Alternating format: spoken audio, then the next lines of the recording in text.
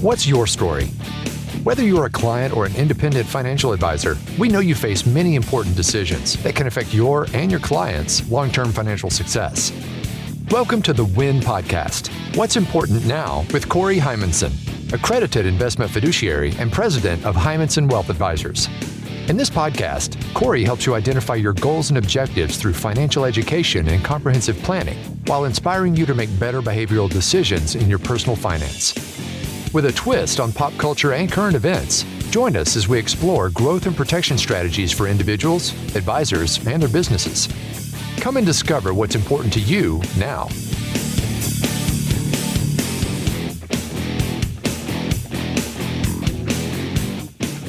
And welcome to the WIN Podcast with Corey Heimensen. Corey, good to be with you again. You've got an interesting idea on the block this time around. What is it exactly that you want to talk about? Well, Bill, you know me. I like to bring my A game. Yes. No matter what day of the week it is.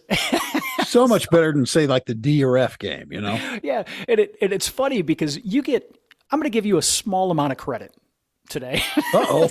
That's always a great way to compliment your co-host, right?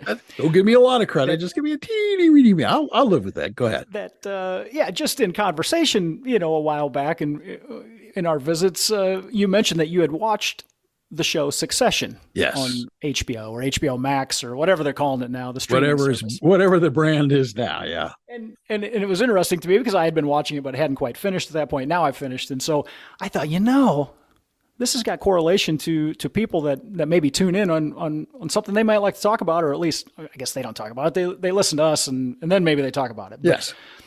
So I'm throwing this title out here, which is Succession, Streaming and in Real Life. And I'm fired up. This is something. This is good. You're on fire. All right. That's good.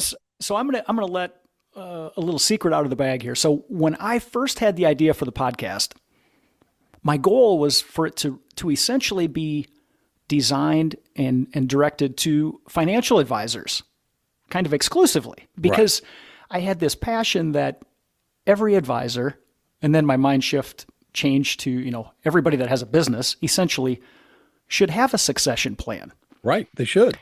And so when I went to the editors and the podcast production team, they said, Corey, that's, it's a great idea for a show for advisors, but how are you ever going to do more than like 10 episodes? I was like, I hadn't thought that far. And so we fine-tuned the WIN podcast to now cover lots of topics, be applicable to maybe business owners, but to essentially anybody. And we cover a wide range of topics. And so I'll even give a compliment to the production team because this is episode 42. So we have went quite a bit further than whatever my initial plan might have lasted. A little further than the first 10. Yeah. So, maybe we will spoil some of this. So this is a spoiler alert to the listeners. If you have not watched this Succession series and you're hoping to do so, you better pause this and go watch those and then come back in case we give away a big review. Put us on pause, watch 4 years of Succession, and then come back. And that, now I'm patting myself on the back. How genuine am I to try and tell people to tune out and maybe come back another day rather than trying to hook them right here today, right?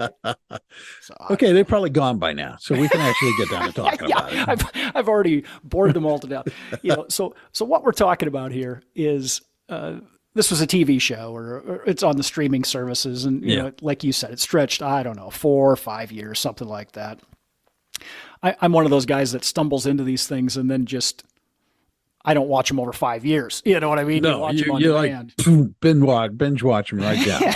So, the bottom line, real high level, and then we can dig as deep as you want to go. But this story is essentially about a large company, a media company or an entertainment type company, like a worldwide company. And so these episodes go through who's going to be in charge next after the founder, the old man, is no longer in the picture. And so this thing ebbs and flows and twists and turns. And, there's some laughs, there's some drama, there's some, you get it all, Oh, yeah. But what I find when I watch a series like this or other series, it's like, man, this thing seems to be dragging out episode after episode after episode. But then you walk away and it might be 3 days later and you're sitting somewhere and all of a sudden something hits you from that show and you think, damn, that was well written, because, it makes you think. Yes. Makes you think when you're not sitting there watching it. And so that was my big takeaway. And so that's why I want to try and tie this into something relatable to a lot of people today. Oh, I think it's relatable to a lot of people on a number of different levels. It's relatable to financial advisors. It's particularly relatable to a lot of small businesses in this country and a lot of people who own businesses, because the statistics around succession and successful transitioning of businesses, of a business from generation to generation are pretty stunning, actually. Yeah, I mean, we all, a lot of us, maybe we see those stats and you don't give it much thought, but then, maybe it's in your community or it's somebody and you see ma or pa or both pass something or a business they worked hard on for years and years. Heck, maybe it's a farming operation, right. Anything, pass it on to junior or female junior. Yeah. Oh, that'd be cool. And you see that the passion maybe isn't there. The drive isn't there for that next generation. And it doesn't matter what the business is. No, there's a guy at my gym. There's a guy at my gym who took over his family business. He was excited to do so. He wanted to do so. He had brothers and sisters who had zero interest in taking over the family business. And he's doing very well with it, and he's working really hard. But, he got it essentially because nobody else was remotely interested in taking over the family business. That's a good point too. How often somebody doesn't have a plan and then there's an emergency or a surprise and now the next generation takes over. Maybe they didn't even want to, but they just get thrust into it. Whole another story. But I mean, I've read the stats. I don't have it right in front of me, but I mean, how many businesses or family businesses survive that first to the second generation? Is it like 1 in 3, something like that? It is actually, it's just about like it's a 30%. 30% survive from their generation to the second generation ownership. And I'm sure the next generation step, it's probably way worse. I mean. Oh, it drops like a rock, Corey. I mean, it drops like a rock.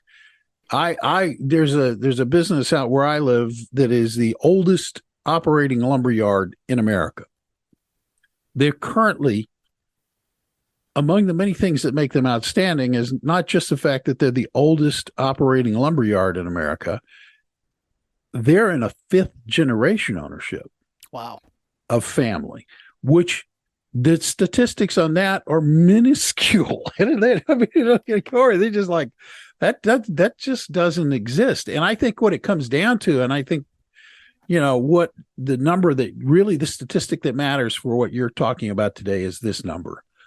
47% of family-owned businesses don't have a succession plan in place. Is that stunning? Half. It's basically half. That's amazing to me. Think about that. If you're a business owner, you're busting your tail to make something work, and you're making the bankers happy, maybe, and you've got all these plates spinning on on sticks, or you're juggling these things, and yet you maybe gloss over the thing that might be arguably one of the largest things. And it's, man, if you're creating wealth and doing good and giving to charity and all that stuff, why wouldn't you want the next generation to do that as well? And blood, sweat, and tears go into these things. You don't want to see them blow up in a course of the following 10 years, let's say. And back to your lumberyard, the thing that jumps out to me first is like, that's they have a product, but that's probably in my mind more of a service relationship. You know what I mean? This isn't like Jack Daniels or Jim Beam. Right. No. I mean, or, if you've got the secret recipe in a vault somewhere, that's a little easier for 5 generations to keep making that stuff and it tastes the same way. You know what I mean? No, I know exactly what you mean. Yes. So industry by industry, we got some trade stuff going on here too, but I'm getting all fired up. And a lot of this comes back to the word I use this so often, communication. You know what I mean? It's one thing to have a succession plan, but boy, you damn well better have communication in place too between family members, or even if it's not a family member, you can have a succession plan with another company or somebody outside your family tree. It's not just that. And that's what really made me think from this television show or this series is the dysfunctional efforts of all the characters, starting at the top of the family tree. Oh, no, yes. And the communication, while there was communication, it was mixed, I think is a fair way to say that. Well, you and I might disagree on this. I think his communication was really, really clear. The succession plan in the TV show was the last person standing. He wanted his kids to, in essence, kill each other off, and the one standing at the end of the bloodbath would be the one that got the business. Which is brutal. I mean, holy cow. Well, and I think it's safe to say this kind of mimics reality, wouldn't you say? Yeah. Yeah. I also, Corey, I think that there are a lot of people like you had a dream when you created Heimensen Wealth, right? You started it, you built it, and it's your passion. It's your thing. And I think that a lot of businesses in America get started that way, and then people don't think about what comes next, because we're not good about thinking what comes next anyway. But we really don't think about like what comes next in terms of the business. Do my kids have a passion for it? Or does this person who works for me have a real passion for it? Or if I want to keep this business going beyond me, what do I need to do? And I think that people probably would be wise to come to someone like you to sit down and start trying to figure that out. Yeah, because it's overwhelming. I get it. No matter what your business is, you're building this thing. And, I'll admit it. On day one, did I have a succession plan when I started my business? No, because I was, like I say, paddling like a duck under the water, trying to look calm and collected. But you're working really, really fast and really, really hard to build something. And then pretty soon, out of left field, you wake up someday and it's like, geez, we got something of size here or scale. And we need somebody to show us how to do this, because no matter what your business is, building that business is probably a way different mindset than, oh, I need to build the succession plan for what's next. Now, granted, my business is a planning business. So, I mean, the succession plan idea comes a lot easier to a guy in my chair, sure. Maybe. Yeah. But if you're running a factory or, some other type of entity, I get it. It can be overwhelming. So you got to seek somebody out. Because on surface here, if we say, boy, don't you think, Mr. or Mrs., you should have a succession plan? Everybody's going to say yes. And then they're going to walk away and go back to whatever they do, building trinkets or services or, Yeah. And suddenly you wake up and you're a decade older. Or worst case, you lose a spouse or something in an emergency. And now, man, you wish a decade had went by without happening. But now you're thrown into the fire. And these are things that if we can control these types of things, we understand there's always variables that you can't control. So, well, look, it's like buying life insurance, right? There are a lot of people who realize it's important to have life insurance and they don't go out and buy life insurance. It's like, so look, if you're a small business owner, let's say I'm a small business owner. Let's do it this way. I'm a small business owner and I come to you and you're my financial advisor. What is it that you can do for me as a small business owner that helps me think about this in a proper context and take the necessary steps to create a succession plan? Yep. This is something I say all the time. But there's two types of people in the world that sit on my side of the desk: salespeople and planners. And I am so proud to wave the flag that's a planner, because in your scenario you just described, the salesperson type mindset would sit there and say, gee, Bill, I think you need a retirement plan for you and your employees. Wouldn't that be great? And then if something happens to you, your spouse or your children will, have the dollars to live off of, and okay, the retirement plan's a good idea. What's a great idea though, is to have me look you in the eye and say, have you ever thought about what your future looks like after you're no longer wanting to work every day or after you're out of this existence? And a glossy look will come over your eyes and you'll say, oh my gosh, that's kind of a deep question. And I'll say, we don't have to answer it before you leave today. But this is something we're going to revisit frequently until we know we've got it dialed in. Because it is so important. And like I said a few minutes ago, control what you can control. And these are things that can be controlled by just communicating and thinking about it and circling back to it frequently. You know what I mean? This isn't a one and done event. It's something that evolves, I think is the best way to say that. Let's have something. It doesn't have to be perfect, but let's have a plan. You know what I mean? And then as the world evolves or life changes or a person's attitude changes, you can always tweak the plan. So how do I do that? How do you work with us business owners who have sat down with you and, so I don't know the answer to that yet, and I'll think about it. And can you give me some kind of way to think about it? Yeah, here's what it is. It comes down to trust. Until an advisor or a planner and the client or the business owner on the other side of the table have a shared trust in each other, you cannot get the outcome you're really looking for. Because, and this is for any kind of relationship with a professional, I think you have to have the trust so that you can have faith in what's being put together. And so what we're talking about here is not a 1 or 2 meeting discussion. This is an ongoing, forever and ever type discussion. Sometimes people forget that as a planner, it's not just charts and graphs that I do all day. It's really human relationships. And so we would give a business owner tools and things to consider. And, we want to open up that mind because it's not something that we paint exactly the same way with the same brush for everybody we talk to. Because everybody should have their own thoughts and dreams, wishes, whether it's charitable or giving all of your money to your kids. I mean, everybody has their own plan, and that's the right plan for them. Yeah. No, and I can see where a business owner comes in, sits down with you, and you say, well, what do you want to do? It's like, I can see them saying, I never thought about it. I don't know. I just assumed that, that one of my kids would have an interest in it and, or I just assumed I would be able to sell this business when I got ready to retire and there's not a one size fits all, as you say, kind of answer to that.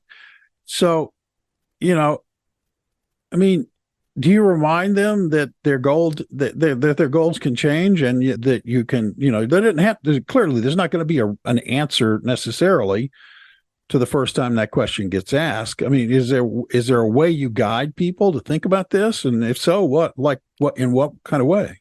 Yeah. This is funny. This is just yesterday. I had a conversation with a colleague of mine and I was, talking about how the business at our office, it's scaling. It's getting larger and larger. And, right. I was talking about this and that. And what can we tweak? How can we streamline things and continue this growth? And he looked me in the eye and he goes, Corey, don't let perfection get in the way of done. Meaning, and I sat there, I got the dumb glazed look, I know. But the point of that is, don't let something that seems overwhelming stop you from making 1 or 2 steps forward. You know what I mean? And so you keep queuing me up for the golden egg answer here, and I keep kind of skirting around it. and that's somewhat intentional because I don't think we have a 3-step process that says, here you go, right, clients, it's done. But point being, we're maybe not shooting for perfection in a lot of things in our world, but we want progress. And so progress might be having 1 conversation towards a goal. It might be 20 conversations toward that goal, and I think it's slow and steady. And it always comes back to communication. And that means, hey, maybe we do circle in the family members that we think might have an interest in the business. Or maybe it's the competing business that maybe we circle them in and we want to talk to them and just say, hey, I know we compete in the business place every day, but if there's a problem with one of our operations, maybe, could we maybe have a teamed up approach to something? So, I mean, it takes out of the box thinking, but it all comes back to communication day in and day out. How many people bring their families in on these kinds of decisions? I'm just curious. Yeah, that's a great question. It's interesting to me and it's human nature. I mean, you really see both ends of the extreme spectrum. Yeah. I talk to some people and they say, well, man, that's a great idea. We should bring all of our kids in here together and have a sandwich and talk all this out. And then the next people come in and they look at me and they say, you want us to share our dreams and the net wealth or net worth of our existence with our children? How dare you? Well, you could always point them, to the TV show and say, look, it might not be, the best idea not to. Yeah. And that's essentially where I go. And this is a lot of stuff in life. I've taught my kids this too. If you want to make a decision on something, you first got to figure out what is the worst case scenario outcome. And then we figure out how are we going to avoid that? And then how are we going to make that a step better and a step better? You know what I mean? Incrementally put the odds in your favor, so to speak. But to answer your question, I would say it's less than half of the people that I approach or clients I approach and say, hey, we should have a family meeting, or is it okay if we, kind of share some of this with child A or children A, B, C, D? And there's a lot of pushback, I guess, is how I would say that. And then once I get pushback, I'll say to them, well, do you think it'd be okay if I, met with you and your accountant or you and your lawyer? And they never push back on that because they understand that makes a hell of a lot of sense. Yeah, we need all the people on the same page. We need people understanding. I'm like, exactly. Now let's go back to the first question. You want your kids involved? And then that will open the eyes and sway people. Well, now, I would think, in all seriousness, that it avoids a problem, either after you're gone or after you've decided to retire, because now you don't have people in dispute, because going back to your point about communications, everything has been communicated all along. Absolutely. And the biggest one I get out here in the Midwest part of the country, we have a lot of farming families. Yeah. And it's frequent where there's multiple children and some of them move away. Some of them have no interest, but there might be one. There might be one or two of the family that stick around and they help on the farm. Maybe they live close for decades, and then all of a sudden inheritance comes around, or we're dividing up the assets and, hey, how come my brother got the farm and I get, 1/3 of a small bank account, and there's times where I've had to be I don't want to say the voice of reason, but just the courier that says, hey, mom or dad felt that fair was not necessarily equal based on the historical work of. Yeah. And that's not fair to you as a financial advisor. Cause I think that, and that's my 2 cents worth in here. Cause I think that comes down to family members communicating with family members about what's going on. Oh, for sure. That's certainly the better scenario. I'm not saying I'm seeking these meetings out, man. But, I hope not. I don't choose sides in those scenarios. I just explain, hey, this might have been the thinking, and if it was never communicated to you, I certainly encourage them to communicate it to you previously. But it can be tough, and that's human nature. That doesn't matter if it's on television or in reality. The people in TV shows and the people in reality, we all deal with the same stuff. There might be dysfunction in all our families. There might be lack of communication, or I don't think there's a might in this. I don't think there's a might in the sentence. I think we're guaranteed that that's the case most of the time. It's pretty safe to say you get together a family reunion, there's going to be somebody that probably says something of irritating fashion. Oh yeah, maybe it just could be. And then maybe you go home and you just appreciate your own problems again. I don't know. Yeah, no, it's so true. It is so true. And it's funny too, because to go back to the TV show for a second time around, but Succession features a driving personality, in this case, the father, whose sheer will and personality created a company that was massively, massively successful. And the thing that is clear from the get-go is that he has never, ever seriously prepared any of his children to take the business or take over the business that they all clearly want to take over. Right. Which is mind-boggling to me, in the sense of a television show. But it's also, I see that a lot in life. People who create a business don't think about, well, educating or nurturing or whatever word you want to use here, people to take over that plan, whether it's a family member or somebody else. Right. And I think you see it in that show. Those children perhaps mainly saw the fruits of the labor. Yes. They're flying in helicopters. They're eating and drinking fancy stuff. And, that's why they wanted the power to take over, or the power and prestige that came with it, but they wanted the money.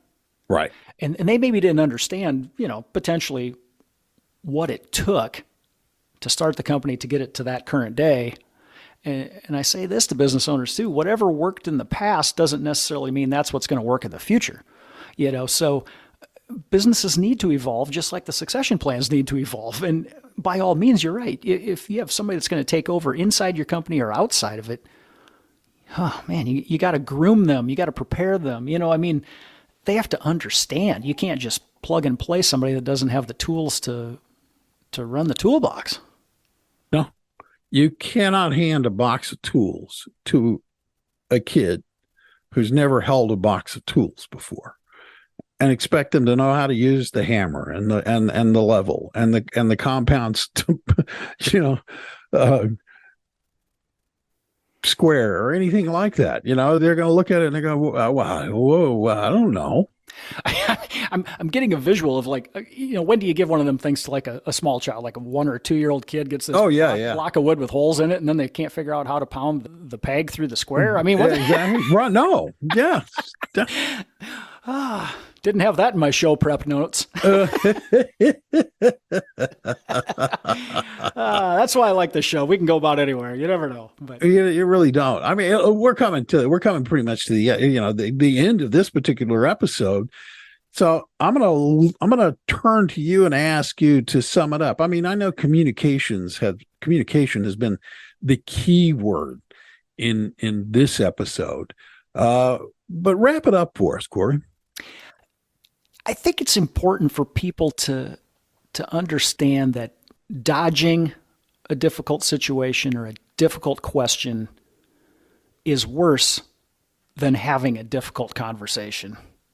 And I'll tie it into, my family, my children. I have 3 children, and, through the years, we were very open-minded in encouraging them, but in talking to them about, avoiding those worst case scenario decisions, and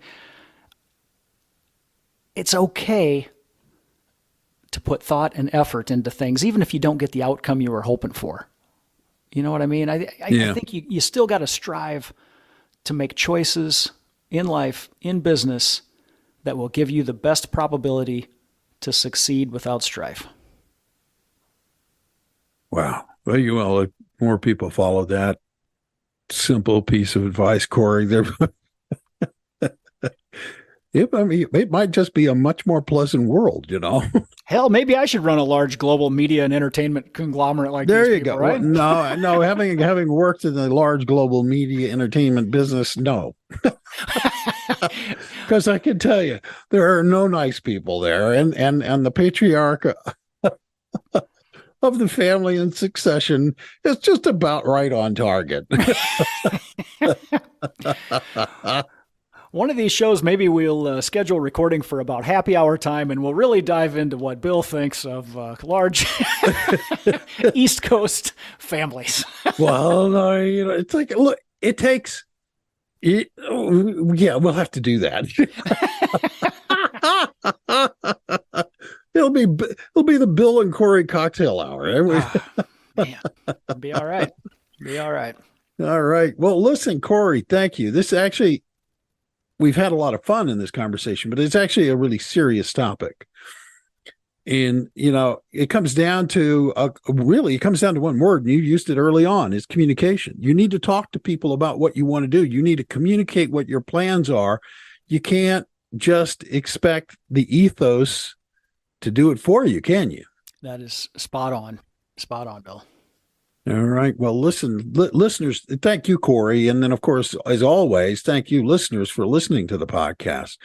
If you're new to this podcast and you like what you heard, hit the subscribe button down below. That way, the next episode will come to you automatically on whatever your listening device might be. You'll be notified. You don't have to worry about missing a podcast. And why would you want to miss a podcast like this? Come on, let's be honest. We also humbly ask that you share and rate this podcast, because by doing that, you will help others find the show. I'm Bill Tucker. On behalf of Corey Heimensen and Heimensen Wealth, thank you again for listening. Go out now and live your best day every day. We'll see you next time. Thank you for listening to the WIN Podcast. What's important now? The show that helps you achieve your financial dreams. To ask questions about topics covered during the show or get a copy of Stop Doing Dumb Things with Your Money by Corey Heimensen, visit www.heimensenwealth.com or give us a call at 712-472-3867. Don't forget to click the follow button below to be notified when new episodes become available. Securities offered through Securities America Inc., member FINRA SIPC. Advisory services offered through Securities America Advisors Inc. Heimensen Wealth Advisors and Securities America are separate entities.